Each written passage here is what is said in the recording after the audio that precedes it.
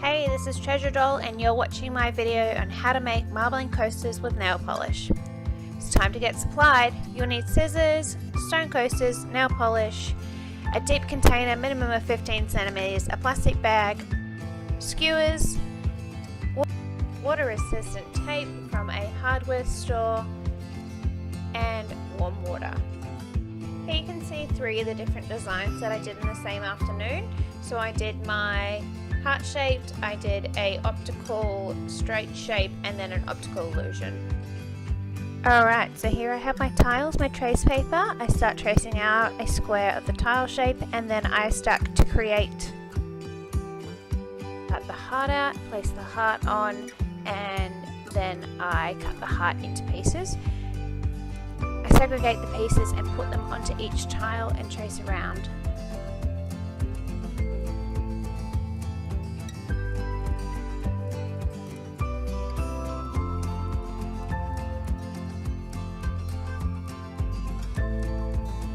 Once they've been traced around, I can remove the piece of paper and then use the tape to create the shape that I have drawn on with the pencil. I have used tape from a hardware store. This is paint tape, so it increases the waterproof ability of the tape, causing the nail polish not to slip through the cracks. So now you've done the first one, you can go and do the second, the third and the fourth. Make your heart shape and then get your container ready with your water in it. So the water should be lukewarm, allowing the nail polish. I'm pretty clumsy, so I had to put the nail polish lids back on just so that I didn't spill the nail polish accidentally by knocking it over. You don't have to, this is a personal choice. Once you've got your chosen colours in, all you have to do is just grab a bamboo stick, so a skewer that draw some lines in your nail polish, spreading the nail polish around.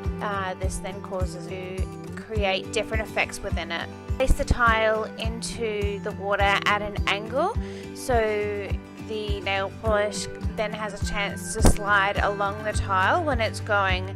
Make sure once you've put the tile in that you either clear the nail polish away from the tile, or you let the tile just drop straight into the water, so then therefore you don't cover the tile with additional nail polish. If you don't want it to go anywhere else.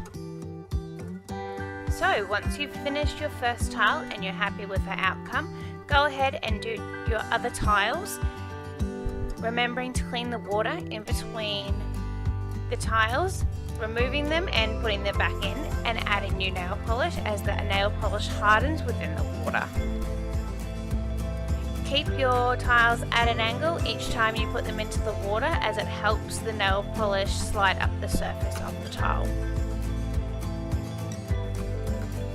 If you are unhappy with the outcome of your tile, just use some nail polish from a local shopping centre and you are able to repeat the process.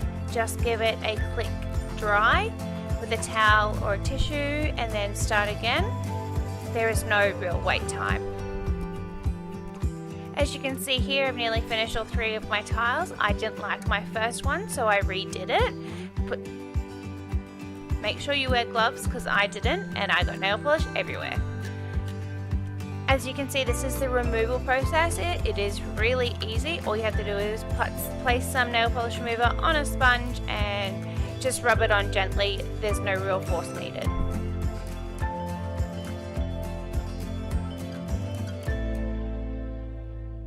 So this is our finished product. All you have to do is just give it a light coat of spray. I just used a gloss from my local hardware store. Go front and back and give it an all over coat. And there you are, that's all finished. I'm Treasure Doll. I hope you liked this video. If you did, like us, share us and subscribe below. And if you really like us, donate to paypal.me/treasuredoll for arts, crafts and all other parts.